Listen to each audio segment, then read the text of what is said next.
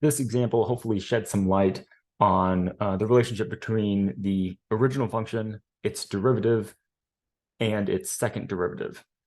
So let's look at the original function, and we can identify which function is the first, second, and third just by looking at it.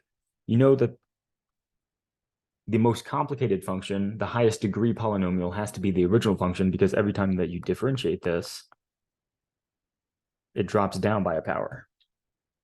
So when we're looking at these three different functions here, this cubic is probably going to be the original function. And then when you differentiate that cubic, you get that derivative, that square function. And then when you differentiate a square function, you're going to get that straight line.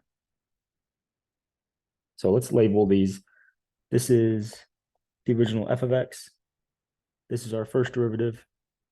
And this line is our second derivative. Okay. In fact, there's the equations.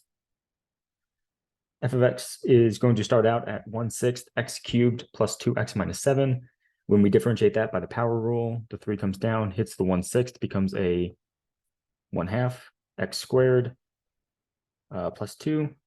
And then the derivative of our derivative, right? So there's me taking the first derivative.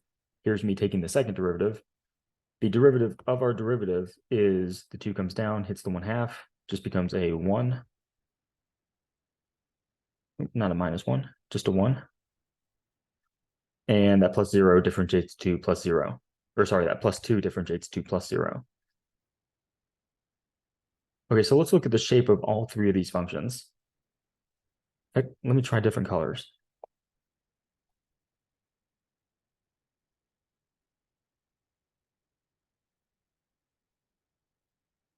Okay, green is going to be the original function. All right, we don't really know anything about those values except that it's defined by that cubic function. If we go down a layer in the derivatives, the value of the derivative is going to give us the slopes of our original function. So for instance, this value right there, that y value of 4, apparently at the same x point, the slope of the green function right there has a slope of 4.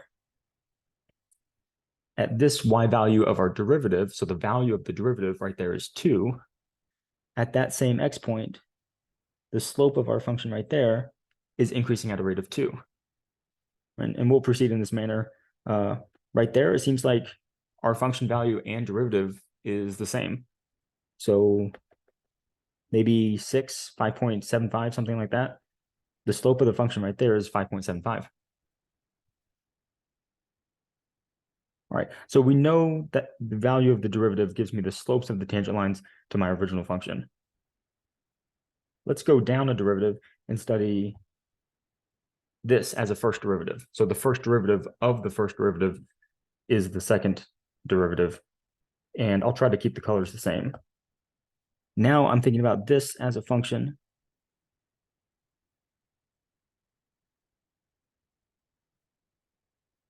And I'll plot in red the value of the derivative of that green function. So that is the second derivative. So the values on that y line is going to give me the slopes to the first derivative. Right? If I look right here, I have a y value of -3. At that same x value, that first derivative has a slope of -3. Right? The second derivative gives you the slopes of your first derivative. My second derivative has a 0 at 0, and the slope of the first derivative is 0 there. All right. So we've talked about the relationship between the first derivative and the original function, and we've also talked about the relationship between the second derivative and the first derivative, right? So we've only gone down kind of one derivative layer. Now let's talk about how the second derivative impacts the graph of the original function. So my second derivative, f prime of x, or sorry, f double prime of x, that's equal to x. That's this function here. And let's look at this point here. So that point there, the value of the second derivative is negative, which means that my derivative is decreasing at that point, which means that the original function, although it's increasing, it's slowing down how fast it's increasing, right? So my second derivative is kind of like an acceleration. It gives me how fast the tangent lines are changing. If I look at the second derivative at 0, then the second derivative gives me a value of 0.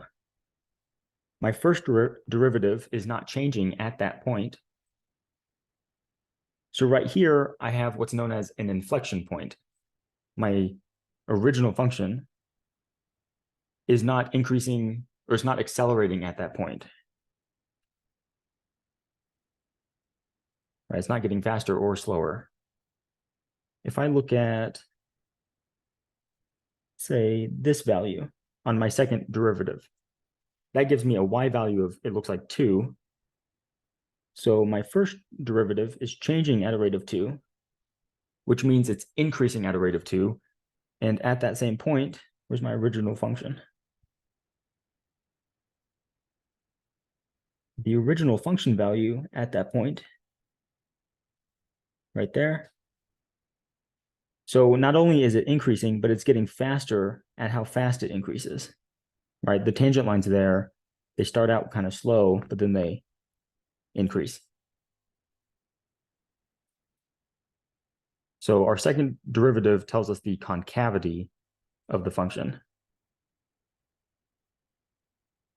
Right here, even though I'm increasing, I'm slowing down how far I'm increasing. So my second derivative is negative there. At 0, I had that inflection point, and I start now I'm still increasing, but now I accelerate how fast I'm increasing. My second derivative is positive there.